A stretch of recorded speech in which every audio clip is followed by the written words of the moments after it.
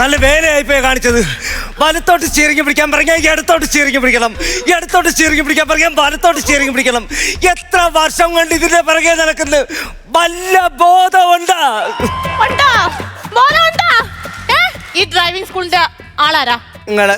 ഞാനാണല്ലോ. നിങ്ങളാര്? പഠിക്കാൻ വന്നത്. പഠിക്കാൻ വന്നത്? നിങ്ങൾ എത്ര കൊല്ലമായിട്ടാ മനസ്സിൽ ഈ ഡ്രൈവിംഗ് പഠിപ്പിക്കുന്ന? 1.5 വർഷം. 1.5 വർഷം. അപ്പൊ അത് ഓർമ്മയുണ്ട് നിങ്ങൾക്ക്? ഓർമ്മയുണ്ടല്ലേ? അയ്യോ, പശുവിനെ എടുത്തിട്ടിരിക്കുന്നു. ദൈവമേ, ഇത് പശുവായിരുന്ന? അയ്യോ, ഇപ്പോഴാണ് മനസ്സിലായ പശുവാണെന്ന്. ഞാൻ വിചാരിച്ചേ ഇതുണ്ടല്ലേ, വണ്ടി ഓട്ടിച്ച് ഇങ്ങനെ വന്നപ്പോഴേ കറുത്ത ടാർപ്പ് കിടക്കണമെന്ന് വിചാരിച്ച അങ്ങനെ പറ്റിപ്പോയതാണ്. സത്യമായിട്ട് മനുഷ്യ, എത്ര കൊല്ലം കൊണ്ട് ഞാൻ പറയുക, വണ്ടി ഓടിക്കുവാണെങ്കിൽ റോഡിൽ നോക്കി കണ്ണ് വെക്കൊടുക്കണമെന്ന്. കണ്ണ് റോട്ടിൽ കിടന്നു വല്ല കാക്കങ്ങനെ കുത്തിക്കൊണ്ട് പോയ പിന്നെ ഞാൻ എന്തേലും വെച്ച് കാണും അങ്ങോട്ടും. നിങ്ങളെ കണ്ണ് പറിച്ച് റോട്ടിലുള്ള കാര്യമല്ല ഞാൻ പറഞ്ഞത്.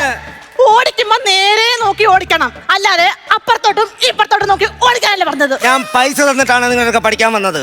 അപ്പൊ ഞാൻ ഈ വണ്ടി ഓടിക്കുന്നത് 4 പേര് നോക്കുന്നുണ്ടോ എനിക്ക് നോക്കണ്ടേ? എന്നെ ഒട്ട് നിങ്ങളുടെ ഞാൻ പറയുവാണ്, നിങ്ങളുടെ കണ്ണുകൊണ്ട് കാണിക്കണമെന്ന്. എവിടെ? ആശുപത്രി. ആശുപത്രിയിൽ ഞാൻ ആശുപത്രി കണ്ണുകൊണ്ട് കാണിക്കാൻ പോവില്ല. ഞാനേ ഒരു ദിവസം കണ്ണുകൊണ്ട് കാണിക്കാനായിട്ട് ആശുപത്രിയിലോട്ട് പോയി. ആ ഡോക്ടർക്ക് കണ്ണ് കണ്ടൂടാ.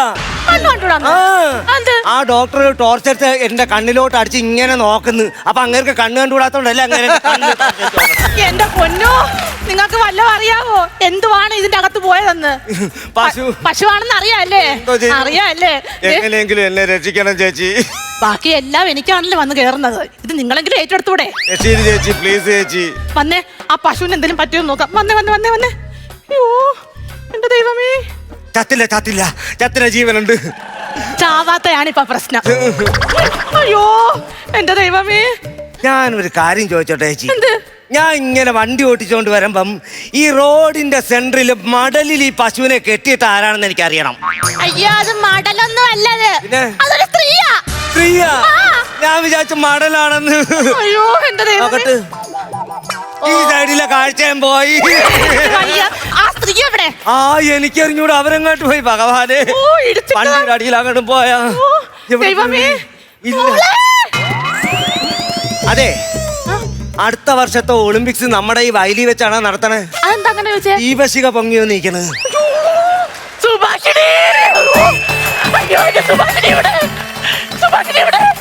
ആ ഇടിച്ചിട്ട പശുവിന്റെ ആളാന്ന് തോന്നുന്നു.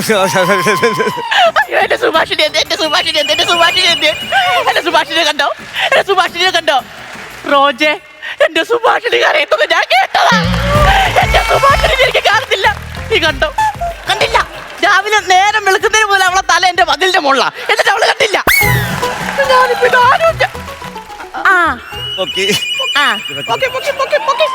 നിങ്ങളല്ലേ നിങ്ങളെ കണ്ടറിയാൻ നിങ്ങളൊരു മാന്യന. ഈ നാട്ടിലെ ഒരേ ഒരു മാന്യനേ ഉള്ളൂ, ഞാനാണ്. മനസ്സിലാവും. ഞാൻ മാറ്റി പറയത്തില്ല. ഞാൻ മാന്യന്മാരെ കണ്ട് എനിക്ക് മനസ്സിലാവും. മിക്കവാറും മാറ്റി പറയേണ്ടി വരുവേ. കണ്ടോ, ഞാനേ മാന്യ.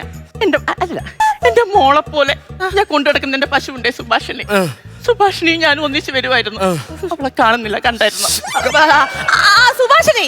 അയ്യോ, നേരത്തെ ഇവിടെ എന്നെ ദാഹിക്കുന്നത് കണ്ടപ്പോ തോന്നുന്നു കിണറ്റിൽ പോയി വെള്ളം കുടിക്കാൻ പോയതാന്ന്. വെള്ളം കുടിക്കാൻ ഞാൻ തീതുന്ന്.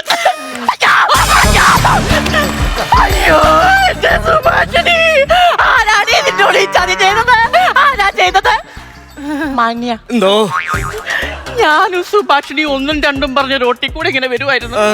അപ്പൊ എങ്ങാണ്ടൊന്നും ഒരു സോപ്പ് പെട്ടി വന്ന എന്റെ തേമ്പി പോയതും ഞാൻ മലക്കം പറഞ്ഞ് ആ കലിങ്ങിന്റെ അപ്പുറം വീണതും എനിക്ക് ഓർമ്മയുണ്ട്.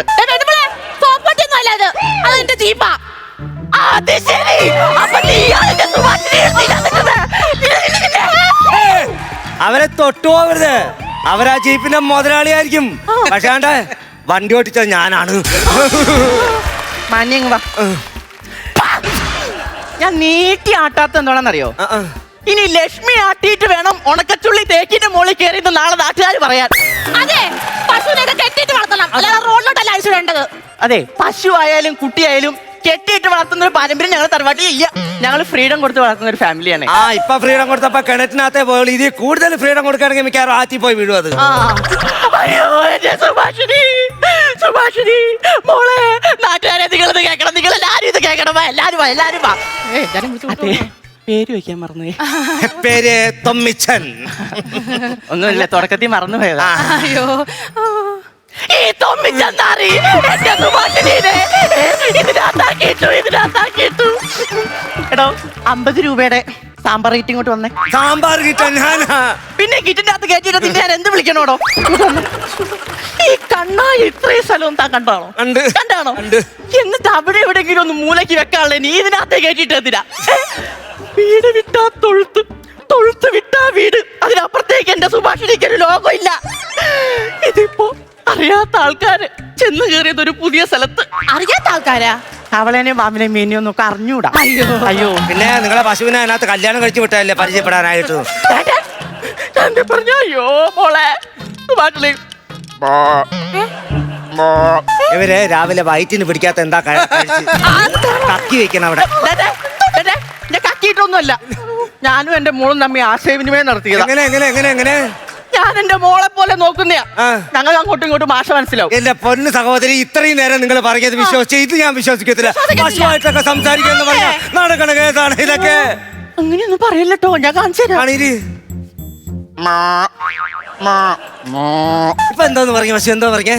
അമ്മയ്ക്ക് വേണ്ട സമയെടുത്തോ, ഞാൻ ഇവിടെ ഇരുന്നോളാം. പറഞ്ഞേ എന്റെ കൂടെ ഇറങ്ങി വരുമെന്ന് അതിന്റെ അർത്ഥം.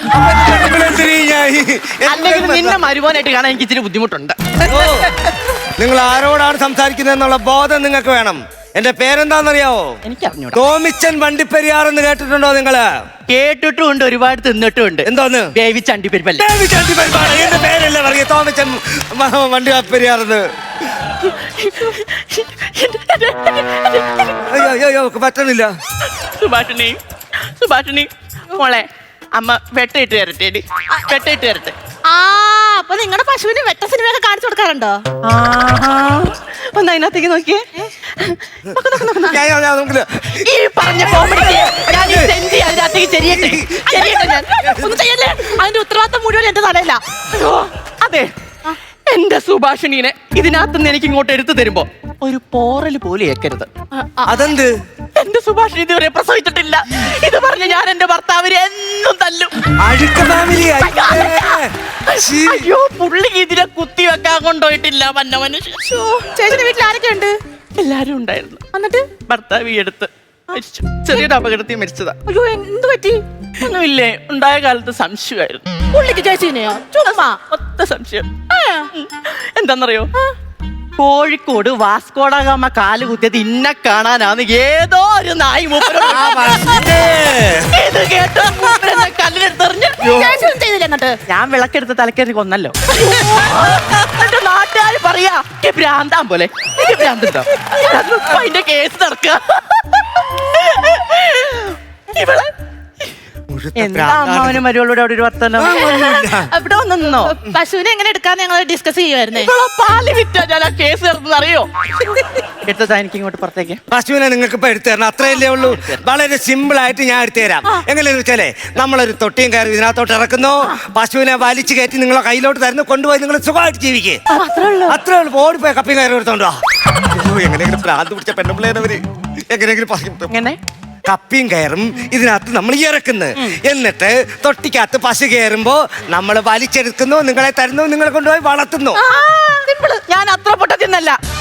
കൊളുത്താൻ കപ്പി വേണ്ടേ? കപ്പിയുണ്ടോ? കപ്പിയില്ല. അപ്പൊ എനിക്ക് മനസ്സിലാവും, എനിക്ക് മനസ്സിലാവും. അല്ല, ഇന്നല്ലേ ആ ദിവസം മകരമാസത്തിലെ അവസാനത്തെ തിരുവാതിര? ഇന്നാണ് ഞാനും എന്റെ സുഭാഷിണിയും ഒന്നിച്ച് കസവും കൊണ്ടെടുത്ത് തിരുവാതിരക്ക് അറിയേണ്ട ദിവസം. കേൾക്കുന്നുണ്ടോ പാട്ട്?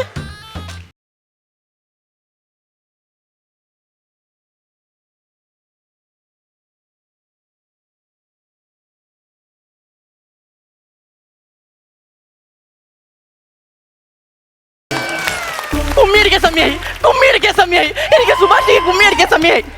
ഞങ്ങള് കുമ്മി അടിച്ചിട്ട് വരാം. മംഗളം.